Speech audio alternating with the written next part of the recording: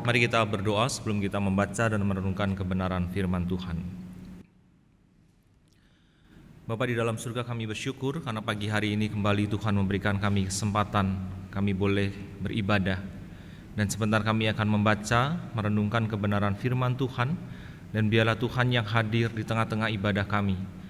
Engkau berbicara kepada setiap kami melalui kebenaran firman-Mu, dan biarlah kebenaran firman Tuhan boleh mengubah, membentuk, menguatkan, dan juga menegur setiap kami, supaya kami tahu bagaimana kami harus hidup di hadapan Tuhan dan di hadapan dunia yang penuh dengan pergumulan.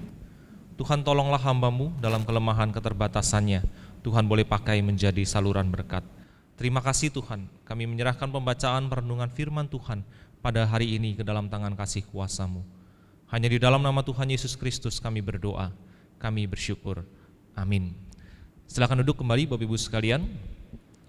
Iya, Bapak Ibu sekalian, kita bersyukur hari ini kita boleh bersama-sama kembali beribadah. Saya mengajak setiap kita membuka satu bagian firman Tuhan dari Matius pasal yang ke-14, ayat yang ke-22 sampai dengan ayat yang ke-33. Injil Matius pasal yang ke-14, ayat yang ke-22 sampai dengan ayat yang ke-33.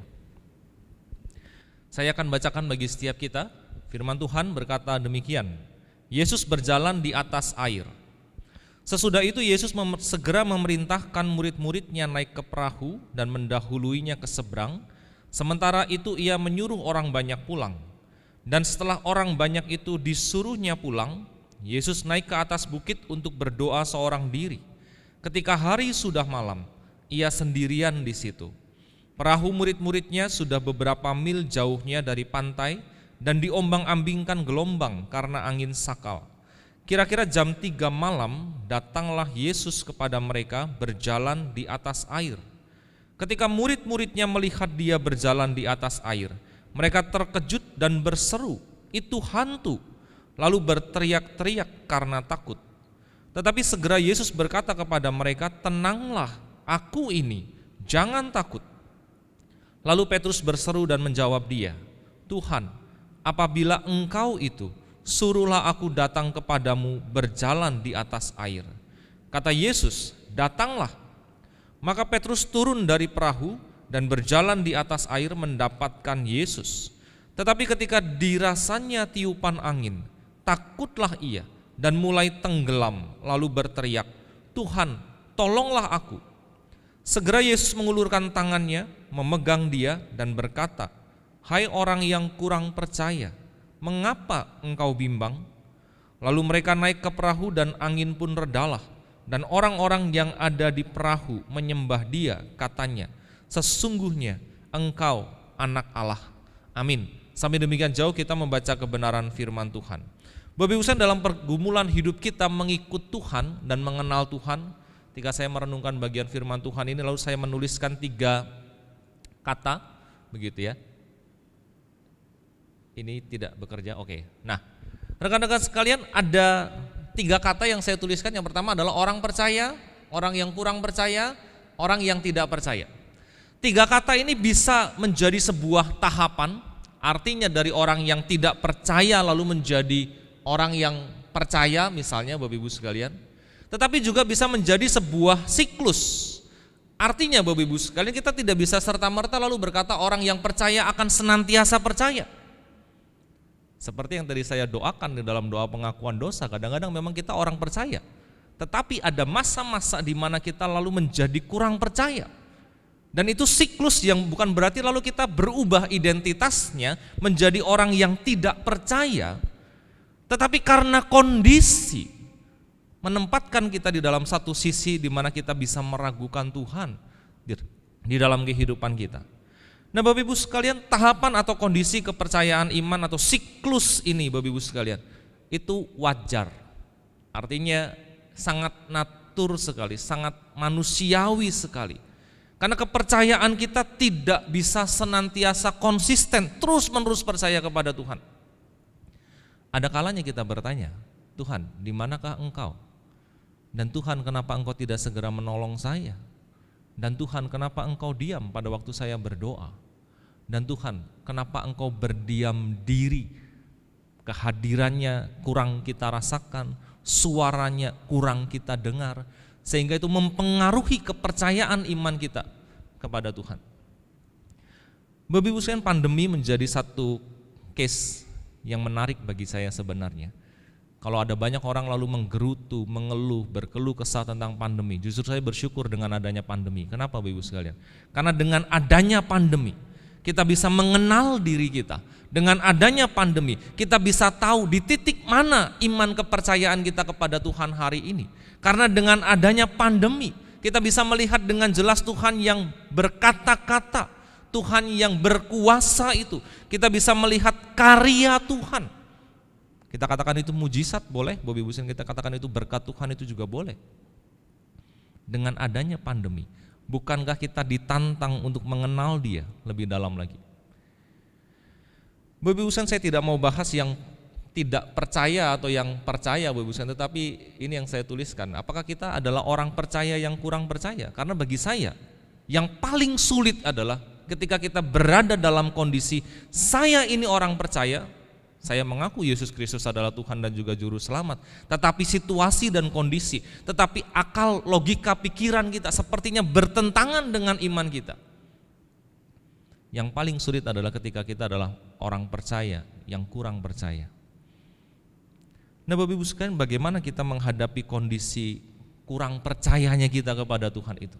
Bagaimana lalu kita bisa menghadapi kondisi kurang percayanya itu di dalam kehidupan kita sehari-hari?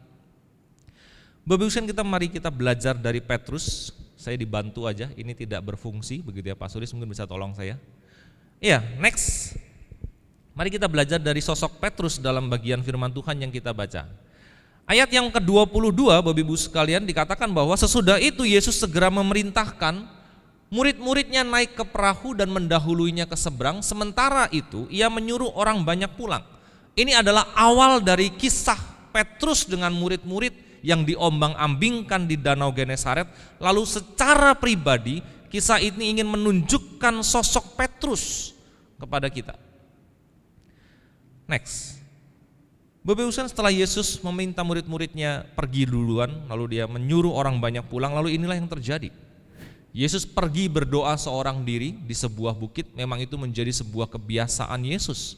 Ini seperti menjadi rest areanya Yesus. Setelah dia pelayanan, setelah dia mengerjakan banyak hal, setelah dia menolong orang, menyembuhkan orang, memberi makan orang, dia perlu waktu untuk sendiri, bahkan tidak dengan murid-muridnya. Bapak Ibu sekalian, setelah itu didapati kita membaca bahwa perahu murid-muridnya itu sudah beberapa mil jauhnya. Ada orang yang mengatakan 1-2 kilometer dari bibir pantai, Bapak Ibu sekalian. Itu kedalaman yang cukup dalam sebenarnya ketika kita biasa hidup tinggal di pinggir pantai, kita bisa memahami hal ini Bapak Ibu sekalian. Dan diombang-ambingkan gelombang karena angin sakal. Memang pada umumnya kondisi pantai atau kita katakan Danau Genesaret itu sering disebut pantai Bapak Ibu sekalian. Pada malam hari itu lebih bergejolak dibandingkan dengan siang hari. Ditambah lagi dengan karakteristik yang menurut saya itu unik sekali bahwa Danau Genesaret itu bisa mengalami perubahan cuaca yang mendadak sekali. Kadang-kadang membuat kewalahan nelayan-nelayan yang mencari ikan di tempat itu Bapak Ibu sekalian. Nah itulah yang mereka alami ketika angin sakal atau kita bisa terjemahkan secara sederhana badai itu menimpa, menerjang kapal para murid-murid. Lalu kejadian yang kedua atau kondisi yang kedua yang dialami oleh para murid adalah Yesus datang itu pukul 3 subuh Bapak Ibu sekalian dengan berjalan di atas air. Nah ini juga menarik Bapak Ibu sekalian. Kenapa? Karena sebagai seorang nelayan mereka tahu mitos-mitos di dalam danau itu. Kalau sekarang hari ini kita mungkin mengenalnya itu kraken, putri duyung, mitos-mitos para nelayan Bapak Ibu sekalian, para orang-orang yang tinggal di laut. Mereka akan tahu, mereka akan sadar bahwa memang ada semacam roh-roh yang menguasai lautan. Coba Bapak Ibu baca Mazmur. Akan ditunjukkan juga bahwa memang laut itu adalah sebuah tempat yang tersembunyi, yang dalam, yang mistik. Bapak Ibu sekalian, ketika mereka berteriak-teriak itu, ini menarik Bapak Ibu sekalian. Kenapa? Karena apa yang mereka pahami di dalam budaya mereka itu terlontar keluar. Next. Seorang penafsir mengatakan bahwa sebenarnya itu bukan roh atau spirit begitu, dalam bahasa Inggris itu apparition, artinya ini penampakan saja, hanya sebatas penampakan saja. Tidak diketahui penampakan itu, tetapi yang terngiang di dalam kepala murid-murid adalah tidak mungkin ada seorang manusia bisa berjalan di atas air. Itulah yang menyebabkan mereka mengatakan bahwa itu pasti hantu. Itu pasti penampakan yang tidak tahu, tetapi itu pasti bukan manusia, sehingga mereka takut, sehingga mereka berteriak-teriak itu. Dan itu juga diterima oleh para orang-orang Farisi, Bapak Ibu sekalian. Orang-orang Farisi juga percaya bahwa ada eksistensi roh yang kadang-kadang itu muncul di dalam kebudayaan mereka, di dalam kehidupan mereka, dalam berbagai bentuk, rupa, dan ragam. Bapak Ibu, next. Jadi para murid mengalami dua kondisi yang menakutkan. Yang pertama, kondisi yang menakutkan adalah angin sakal, mereka sedang diterja badai itu. Tetapi yang kedua adalah mereka melihat sosok penampakan. Ini menjadi double, menjadi dua hal yang menakutkan buat para murid. Tetapi yang menarik Bapak Ibu sekalian, ayat yang ke-27, Yesus segera berkata kepada mereka, tenanglah, aku ini, jangan takut. Ini Yesus dalam upayanya menenangkan kondisi murid-murid yang berteriak-teriak ketakutan dengan keos, dengan tidak beraturan di dalam kapal. Mereka menghadapi badai tetapi mereka juga melihat penampakan. Kalau saya mengimajinasikan hal ini Bapak Ibu sekalian, saya bisa melihat betapa keosnya itu isi perahu itu. Ada yang berteriak takut karena penampakan, ada yang sedang berusaha dia mendayung, menyeimbangkan perahunya supaya tidak terbalik dan seterusnya. Nah Bapak Ibu sekalian, Yesus sudah mencoba menenangkan para murid. Yesus sudah mengatakan, tenanglah, aku ini, jangan takut. Tetapi Bapak Ibu sekalian, yang menarik, ada satu murid yang memang terkenal, spontanitasnya luar biasa, karakternya luar biasa, imannya juga kadang-kadang luar biasa. Saya katakan kadang-kadang Bapak Ibu sekalian. Kenapa? Karena kadang-kadang imannya juga naik turun Bapak Ibu sekalian. Next. Petrus menjadi murid yang disorot setelah ayat yang ke-28 Bapak Ibu sekalian. Kenapa? Karena Petrus yang berkata, Tuhan, apabila engkau betul Tuhan, apabila engkau betul guru yang kami kenal, apabila engkau yang betul baru saja memberi makan 5.000 orang, suruhlah aku datang kepadamu berjalan di atas air. Next. Bapak Ibu sekalian, ada orang yang mengatakan bahwa ini permintaan yang kurang ajar sebenarnya. Ini permintaan yang enggak tahu diri sebenarnya. Ketika dia katakan, suruhlah aku berjalan di atas air. Kenapa Bapak Ibu sekalian? Karena dia seolah-olah ingin berada di sisinya Yesus dengan berjalan di atas air. Tetapi ada orang lain juga yang mengatakan ya itu wajar.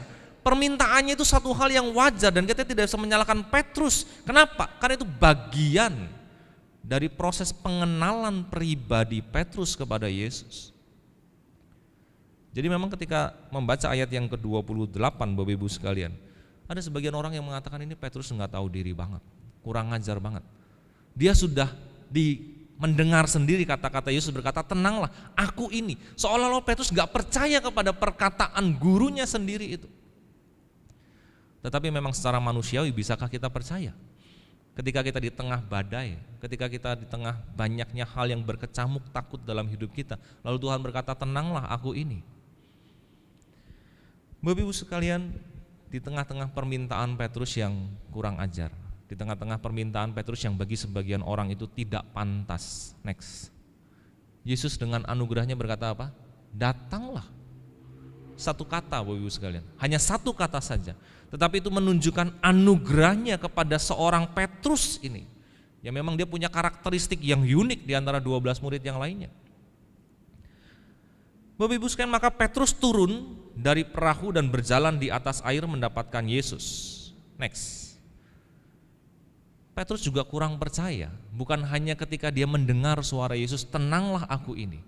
Tetapi Petrus juga kurang percaya ketika ia sudah berjalan di atas air. Atau sebagian penafsir mengatakan ia sudah berdiri di atas air, mungkin baru 1-2 langkah di atas air itu. Ayat yang ke-30 mengatakan apa Bapak Ibu sekalian? Tetapi ketika dirasanya tiupan angin, takutlah ia. dan mulai tenggelam, lalu berteriak, "Tuhan, tolonglah aku." Bapak Ibu sekalian, lalu orang-orang yang tadi mengatakan Petrus nggak tahu diri begitu ya, lalu mereka mengatakan begitu kan, nggak tahu diri beneran kan? Udah dikasih tahu anugerah, datang, berjalan, berdiri di atas air, masih takut lagi, masih nggak percaya lagi itu Tuhan, masih dia fokusnya bukan kepada Tuhan, bukan kepada suara itu, tetapi dia fokusnya kepada kondisi yang ia alami, kedinginan, kondisi yang ia alami apa? Angin yang menerpa tubuhnya, sehingga imannya luntur di hadapan angin dan badai itu.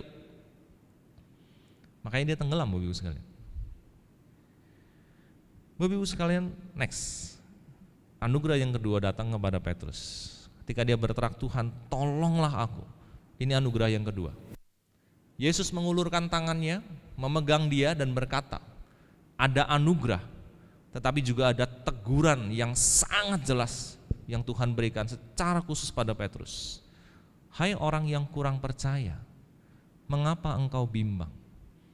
Menuju kepada dua hal. Bimbang ketika Tuhan memperkenalkan dirinya mereka dalam kondisi takut. "Tenanglah, aku ini." Dia bimbang, dia gak percaya itu Tuhan, dia mau buktikan itu Tuhan. Oke, dia minta berjalan di atas air, Tuhan izinkan, datanglah. Dan ketika dia sudah berdiri di atas air, mungkin 1-2 langkah berjalan di atas air, hendak menghampiri Yesus, sekali lagi dia bimbang. Kenapa Bapak Ibu sekalian? Karena angin lebih berasa dingin, air lebih terasa, dan imannya itu larut di dalam segala situasi dan kondisi yang ia alami, sehingga dia tenggelam. Bapak Ibu sekalian, apa yang bisa kita pelajari dari kisah Petrus yang tenggelam ini? Next. Yang pertama Bapak Ibu sekalian, rasa kurang percaya kita itu kepada Tuhan khususnya Bapak Ibu sekalian, sebagian besar dimulai karena terbatasnya panca indera kita.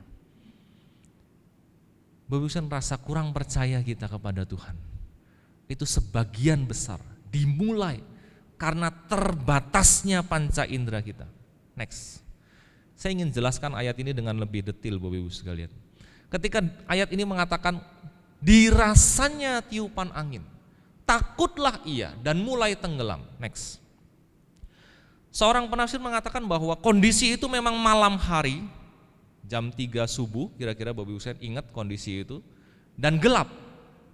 Jangan bayangkan kapal mereka itu seperti kapal pesiar yang hari ini tuh terang benderang, atau seperti kapal-kapal nelayan modern yang sudah dilengkapi dengan lampu-lampu yang luar biasa terang Bapak Ibu sekalian.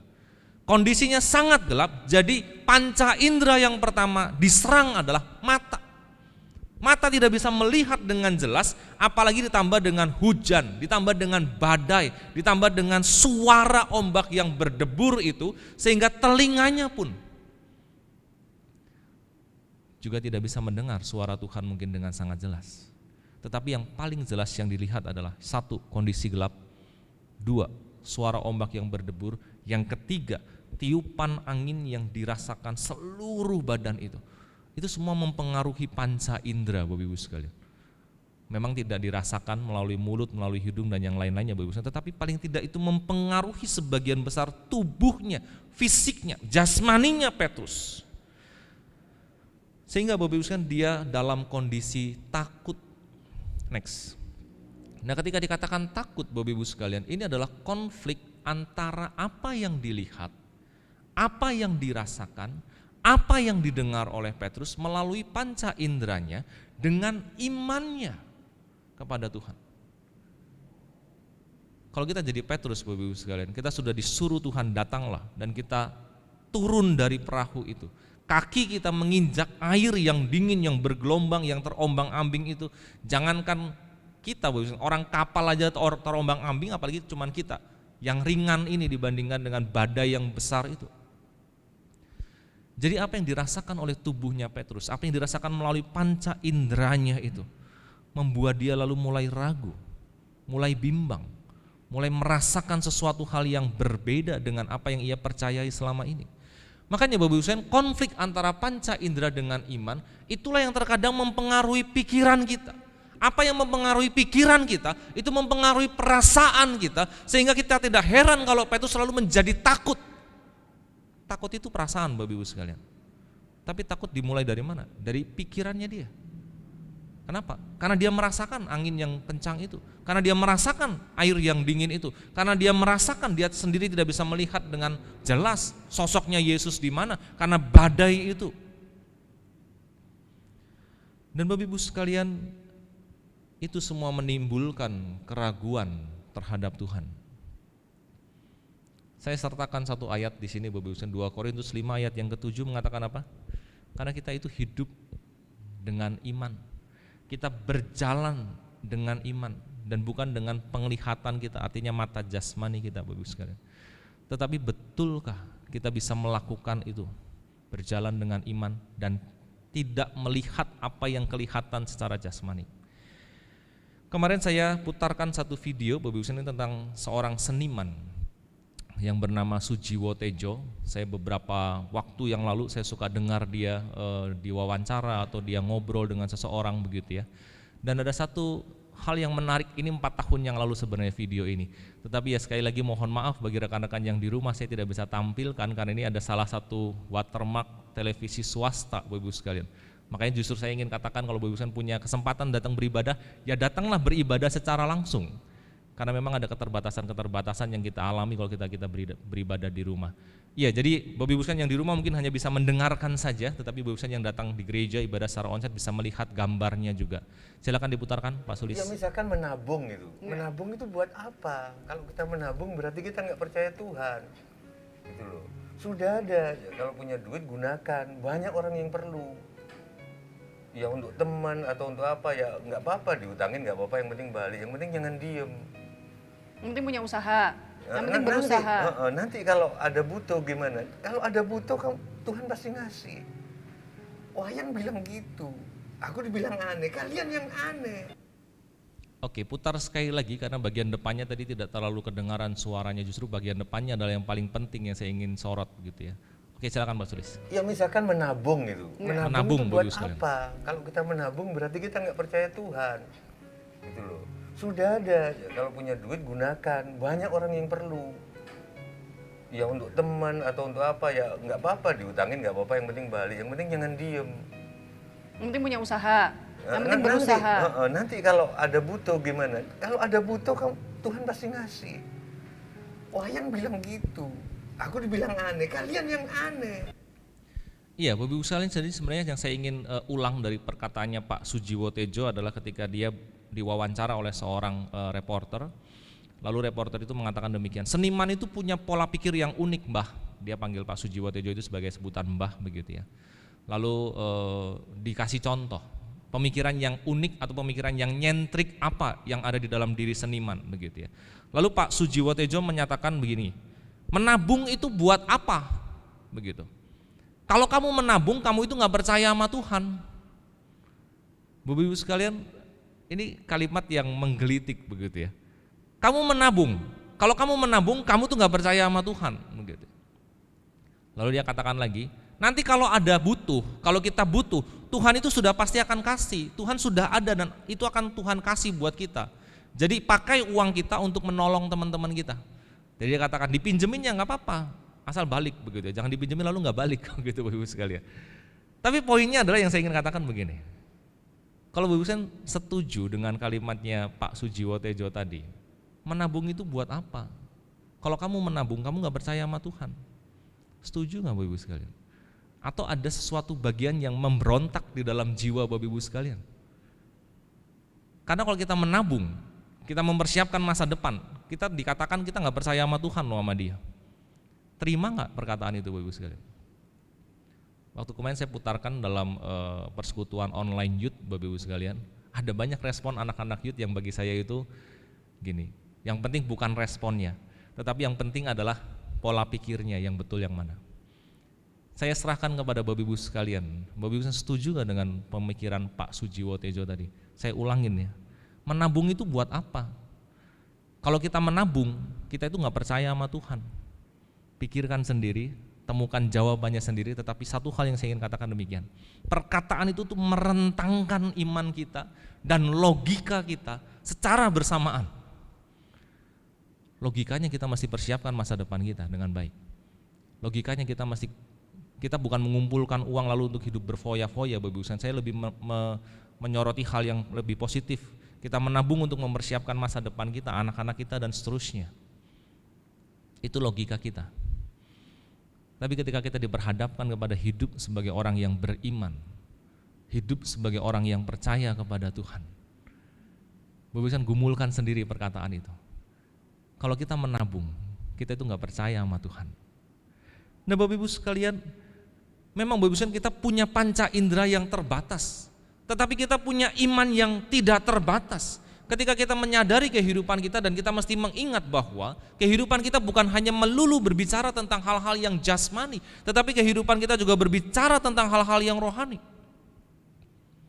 Saya tidak menyalahkan firman Tuhan. Firman Tuhan pasti betul, Bapak Ibu. Saya juga tidak menyalahkan Pak Sujiwo Tejo. Dalam pemahaman yang saya pahami adalah ada wahyu umum yang memang diberitakan atau diberikan kepada Tuhan kepada orang-orang di luar Kristus. Tetapi Bapak Ibu sekalian, apa yang sebenarnya terjadi ketika kita mendengar kalimat itu lalu sepertinya ada yang bergejolak di dalam jiwa kita? Itu adalah karena kita panca inderanya terbatas, pemikiran kita terbatas, logika kita terbatas, tetapi kita punya iman yang tidak terbatas, dan kadang-kadang Tuhan tempatkan kita di satu situasi di mana itu rasanya bertentangan, bertabrakan, Bapak Ibu sekalian. Bapak Ibu sekalian, yang saya ingin kita pahami hari ini adalah begini, Bapak Ibu sekalian. Next, kadang-kadang ketika kita berada di tempat-tempat yang seperti itu, Bapak Ibu sekalian, Tuhan ingin lihatkan kepada setiap kita, Tuhan ingin sadarkan kita dengan sesadar-sadarnya, hidup kita sedang diproses agar kita tidak terus-menerus bergantung kepada panca indera kita, pikiran kita, logika kita, tetapi kita juga bisa bergantung kepada iman kita yang tidak terbatas itu. Saya yakin dan percaya Bapak Ibu sekalian, ketika diberikan segepok uang dengan Alkitab dalam masa krisis, Bapak Ibu sekalian, mana yang Bapak Ibu sekalian pilih? Kalau pilih salah satu, jangan pilih dua-duanya begitu ya, enggak ada. Mau surga di dunia, mau surga di sana, enggak ada Bapak Ibu sekalian. Kadang-kadang saya pahami itu Bapak Ibu sekalian. Kita mesti pilih dalam masa yang paling krisis, yang paling darurat, yang paling emergensi. Kita dikasih segepok uang atau kita dikasih Alkitab, mana yang kita pilih? Itu sebenarnya menunjukkan di mana posisi iman kita dan logika kita di hadapan Tuhan. Jangan bilang saya pilih dua-duanya, pilih salah satu aja, Bapak Ibu sekalian. Ada yang bilang pilih Alkitab di sini? Coba saya mau lihat, angkat tangan coba. Jangan angkat tangan juga Bapak Ibu sekalian. Pikirkan dalam hati Bapak Ibu sekalian. Tapi kadang-kadang Tuhan ingin menyadarkan kita, panca indera kita terbatas, pikiran kita terbatas, logika kita terbatas. Mari kita sandarkan hidup kita kepada iman yang tidak terbatas itu. Tetapi apakah lalu ketika kita hidup beriman, kita membuang logika kita? Salah juga Bapak Ibu sekalian. Saya sendiri memahami bahwa iman dan logika harusnya berdampingan dan saling melengkapi. Kalau kita pakai iman saja, maka kita juga menghina Tuhan yang memberikan pikiran, logika, akal budi kepada setiap kita.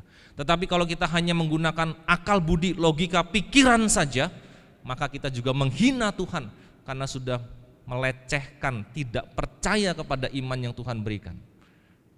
Jadi yang mana Bapak Ibu sekalian? Pakai dua-duanya.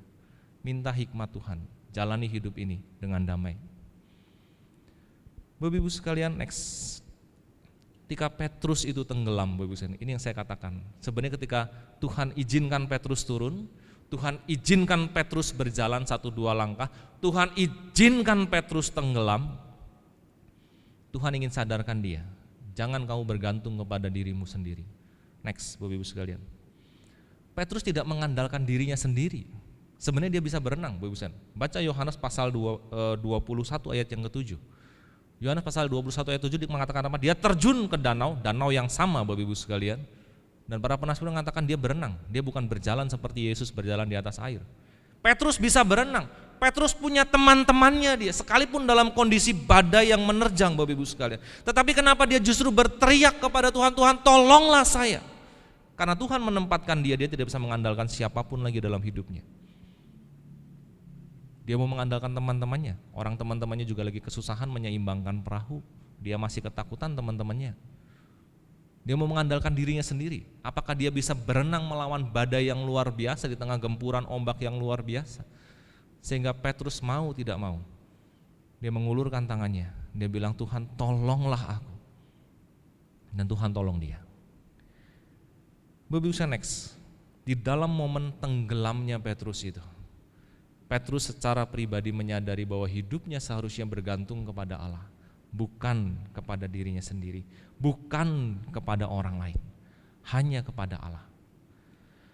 Next, Bapak Ibu sekalian, ada satu kutipan Bapak Ibu sekalian yang mengatakan bahwa faith is not believing that God can, it is knowing that He will.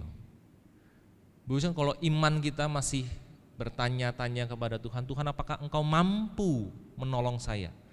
Mungkin kita baru dalam tahap tidak percaya, minta maaf saya pakai kata ini, baru mulai belajar percaya. Kenapa? Karena ketika kita meragukan kemampuan Tuhan, kuasa Tuhan, artinya adalah kita masih bertanya, benarkah Engkau Tuhan? Tetapi ketika kita masuk dalam satu step pertumbuhan iman kita, Bapak Ibu sekalian, dan ketika kita bertanya, Tuhan apakah Engkau mau menolong saya? Kita tidak lagi meragukan kuasanya, Bu. Kita tahu Dia Tuhan. Hanya kita ragu apakah Tuhan akan tolong saya, artinya tepat seperti yang saya inginkan, tanggal, waktu, bulan, hari yang sudah saya tentukan, atau Dia akan mau menolong saya di hari yang lain. Kadang-kadang pergumulan iman kita seperti itu, dua hal itu. Tapi dalam pergumulan itu kita akan melihat, kita akan tahu bahwa Dia akan menolong kita. Next. Yang kedua, Bapak Ibu, dari bagian firman Tuhan ini kita juga bisa belajar bahwa di dalam keraguan itu, kekurang percayaan para murid itu, selalu ada anugerah Allah di dalamnya, Bapak Ibu sekalian. Next.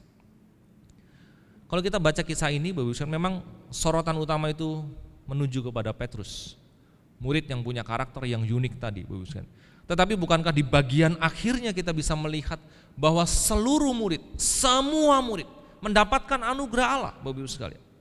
Ayat yang ke-32 dan 33 dikatakan demikian. Lalu mereka, Petrus dan Yesus, naik ke perahu dan angin pun redalah, dan orang-orang yang ada di dalam perahu menyembah Dia, katanya, sesungguhnya Engkau anak Allah. Artinya Bapak Ibu sekalian, pengenalan itu bukan hanya berlaku bagi pribadi Petrus yang minta jalan di atas air itu, Bapak Ibu sekalian, tetapi bagi para murid yang melihat. Kondisi mereka pertama kali adalah ketakutan, berteriak-teriak tidak karuan, Bapak Ibu sekalian. Mereka menyaksikan muridnya, temannya begitu, berjalan di atas air lalu tenggelam lalu Tuhan tolong. Dan ketika Yesus naik ke atas perahu, angin reda, badai itu reda, mereka bisa melihat Yesus dengan jelas dan mereka menyembah Dia dan mengatakan apa? Sesungguhnya Engkau adalah anak Allah. Bapak Ibu sekalian, perasaan takut itu menjadi tenang. Perasaan yang tadi berkecamuk, bergelora, tidak karuan, langsung menjadi tenang, reda, seperti badai yang Tuhan redakan. Dan ini sebenarnya momen yang kedua bagi para murid untuk melihat Yesus bisa meredakan badai. Bapak Ibu sekalian, perasaan takut itu berubah menjadi sebuah perasaan kagum akan Tuhan. Amazed dengan apa yang Tuhan lakukan. Lalu mereka masuk ke dalam penyembahan kepada Tuhan. Next. Bapak Ibu sekalian, makanya di dalam keraguan-raguan kita, terkadang saya merasa bahwa jangan lalu kita buru-buru menghakimi diri sendiri. Saya ini tidak percaya, saya ini orang percaya. Kadang-kadang justru di dalam momen ragu-ragu itu, Bapak Ibu sekalian, kita akan memiliki pengenalan pribadi.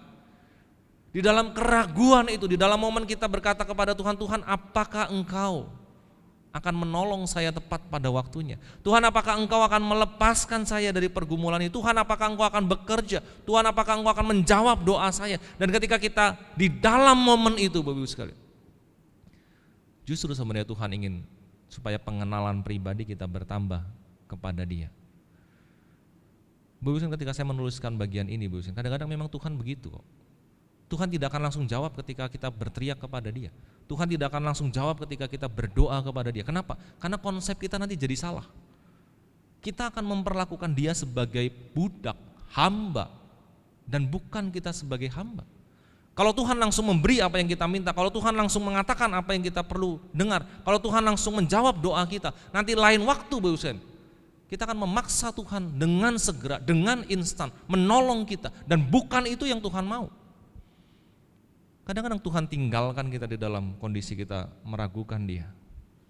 Tuhan tinggalkan kita dalam kondisi kita bertanya-tanya, kapan Tuhan akan tolong saya? Supaya apa? Kita tidak terus-menerus disuapi seperti seorang bayi. Minta makan, dia tinggal nangis, mamanya datang disuapin. Nangis lagi, minta makan, dia disuapin lagi. Tuhan tidak ingin memperlakukan kita seperti itu. Kadang-kadang ada kalanya kita nangis berteriak-teriak, Tuhan biarin aja.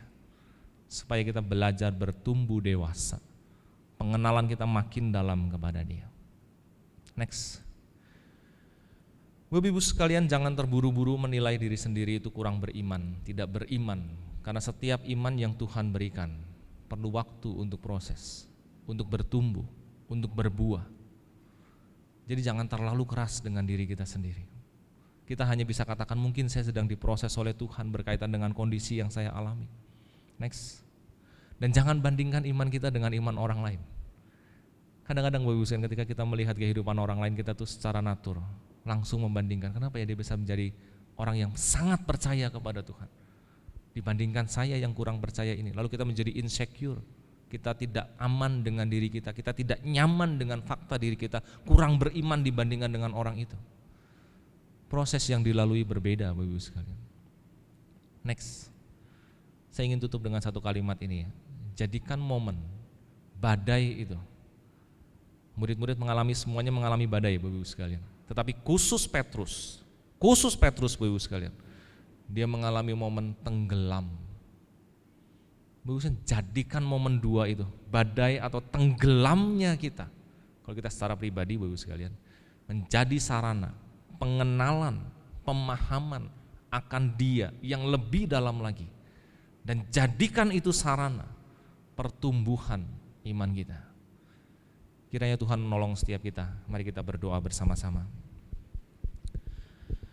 Bapa di dalam surga, kami bersyukur karena dari kisah firman Tuhan yang kami baca hari ini, kami menyadari bahwa Tuhan ingin kami bertumbuh dewasa. Tuhan ingin kami mengenal Engkau dengan lebih dalam lagi. Tuhan ingin iman kami bertumbuh.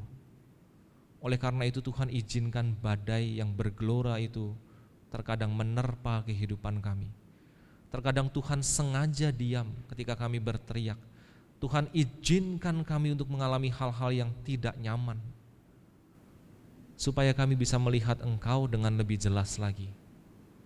Dan Tuhan, kiranya Engkau tenangkan hati kami dalam menghadapi hari-hari kami, baik sekarang ataupun masa depan. Tuhan, tolong kami supaya kami boleh hidup berjalan dengan iman dan logika pikiran yang Tuhan karuniakan bagi setiap kami. Tolonglah kami yang lemah dan terbatas ini. Tolonglah setiap kami yang sering kali justru menyalahkan Tuhan atas segala hal buruk, hal yang tidak nyaman yang kami alami. Padahal sesungguhnya itu adalah sarana bagi kami untuk mengenal Engkau lebih dalam lagi. Kami serahkan kehidupan kami masing-masing ke dalam tangan kasih kuasa Tuhan. Hanya di dalam nama Tuhan Yesus Kristus kami berdoa, kami bersyukur. Amin.